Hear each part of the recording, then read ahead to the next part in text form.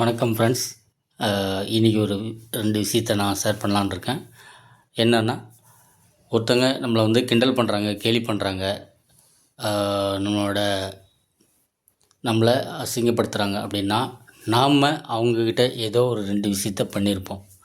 என்ன பண்ணியிருப்போம்னா, முதல் விஷயம் அவங்கள ஹர்ட் பண்ணியிருப்போம்.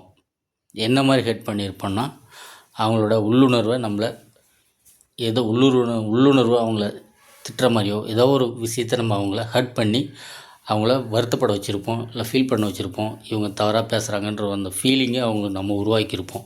அது ஃபஸ்ட்டு. 2வது விஷயம், உங்களை விட நான் இவ்வளோ ஒரு சுப்பீரியர், இவ்வளோ பெரிய பெரிய ஆள் அப்படின்ட்டு காட்டுறதுக்காக ஹர்ட் பண்ணியிருப்பாங்க.